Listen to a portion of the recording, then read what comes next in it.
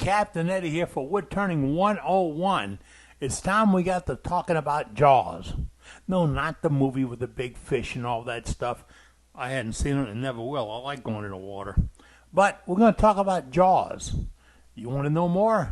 It's a brief one. Watch.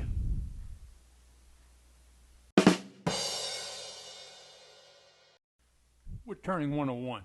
I'm going to share with you some ideas, tips, and tricks that I've developed or you have developed over the years and you've shared with me.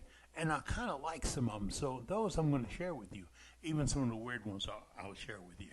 This is my one-way stronghold chuck. It can be any brand you want. I choose one way. These are the jaws that I'm currently using.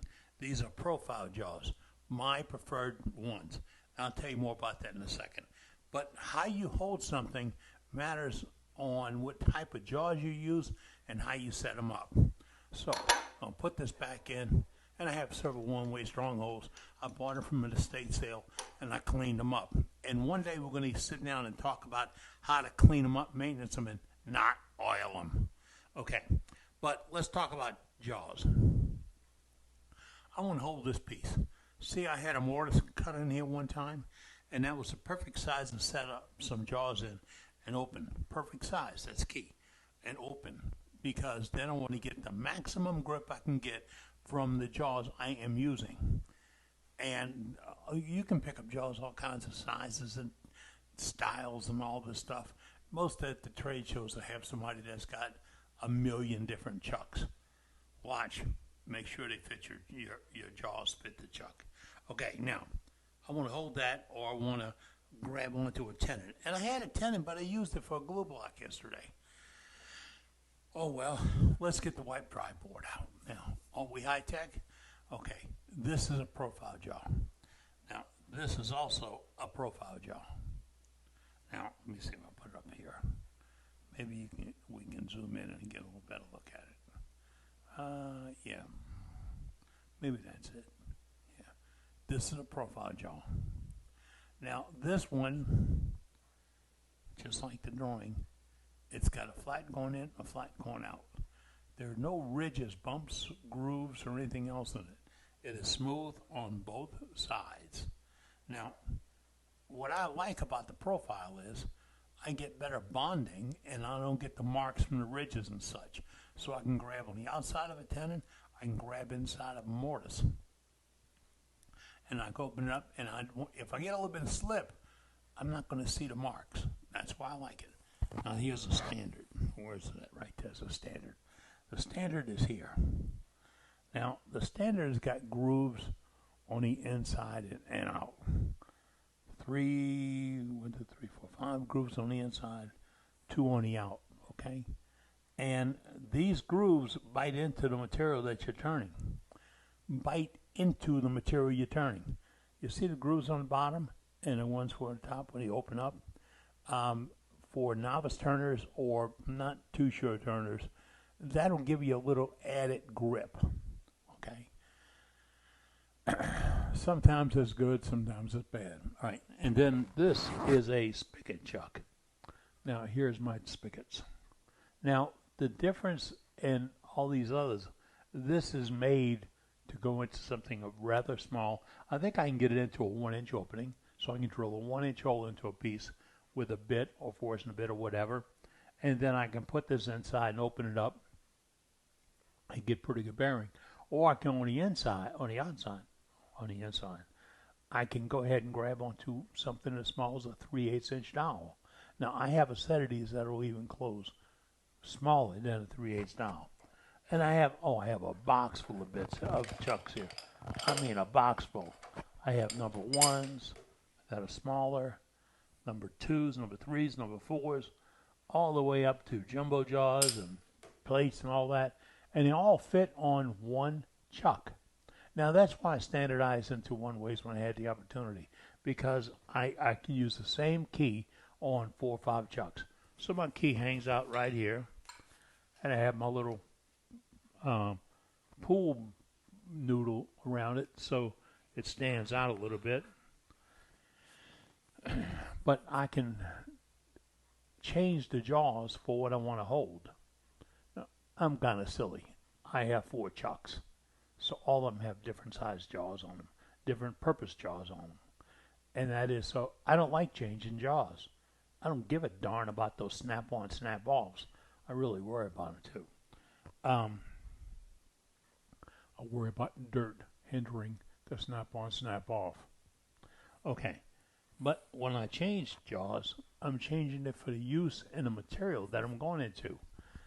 If I'm going to put a mortise in the bottom of a piece and want to open the chuck up in it, I want to make sure about what size mortise I'm going to use. So I have a cheater.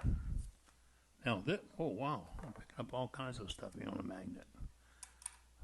My cheater is right here. It's a gauge. I'll put it back in front of the light dry so you can see it. That's my gauge. Now, one side, see the top part you're looking at right there? That is the size of the mortise that I want to cut. The one on the bottom is the size of the tenon. And why? Well, they're specifically designed to where when my chuck, I'm going to pick up two jaws here. I'll show you a little something. When my jaws are together, this is wrong one. This is the size that what is one of these to do? And so we go here. I got an ability to do that. This is the size of the mortise right there. You see that? Okay. Why? Because I want to get the maximum amount of grip I can get. So I have a big flat space right here on the top of this. I want to use as much of that big flat space as I possibly can to get a good grip without putting dents and grooves and nails and all the other crap in it. All right, I want to get the maximum amount of grip. So I made a template that would go that way, and it gives me about 1/8 of an inch larger than the jaws. So if I cut my mortise and I use this for a gauge and I get it to the right size, when I go back to my chuck, boom, it's right there. It's the right size. So I cut it, I use a template, I get them the right size, and then I open up into it. Same thing for the mortar, for a tenon. I have the right size, I only have a little bit of room, and when I close down, it gets a maximum grip. That's why we have different size chucks and different size jaws. They're all made to grip differently, hold differently, for sizing of material. I have some number 4s and even number 5s in this box that are huge. If I got a really big piece, I want to put a big tenon or mortise in it. And I've done platters where I've used a 5-inch mortise type opening and left that as part of the detail on the bottom of the platter. But when I cut it and put it in there, it made it to hold easier for a big piece. And then when I flipped it around, I had less to clean up. Let's not go too deep into that. All right. Now, I'm going to use the chucks as I deem necessary. Here is one of the key parts. And I got to find one that's still got it in there because one of your jaws has got a pin sticking out of it. And I thought I had this prepped and sitting on top, but I didn't. All right. There's a pin sticking out of it, right there. That little little rolling pin. All right, one of your jaws has got that sticking out. Now, your jaw's body is made to have a positive and a negative. The positive is when you put it in, the jaws may stand higher than the lathe body. Higher than the lathe body. It'll open up a little bit more. Now, the negative is when you put it into the other groove, it'll always stay behind the lathe body. It won't open as large. Now, big deal? To me, yes. That is called a safety. If I put, the chucks into the positive side and let it open more, I've created a little bit of a hazard right here. Just a little bit, because I have a piece that's got sharp corners on it sticking out proud of my lathe body. So if I'm a rookie and I reach out accidentally, not on purpose, put my sleeve out over it, there goes my hand. Exaggeration, but it's possible. or touch it to slow it down. There goes a finger. Or hit it with a tool. There goes a tool. So that's the positive side. It's not a positive. The negative side, which is a positive, is they stay behind the lathe body. Now, I rarely open my chuck that wide for even a mortise or a tendon. I'm using it to its closest running size. So I have it closed down, and when I have the right size mortise, I open it just about 1/8 of an inch. That's all I need. I get maximum contact going around the outside of the jaws. Maximum contact. Now, I could get some sketches off from One Way Lathes and show it to you, but you can go to oneway.ca and see those sketches. But the important thing is, if you put it on and it's too wide, it's not going to be grabbing right. Either the mortise or the tenon, it won't be grabbing right.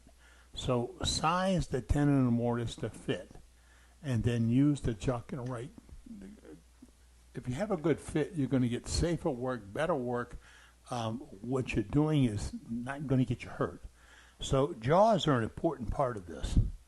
Now, as I said, in the future we'll talk about how to maintain the chuck and get things, running right.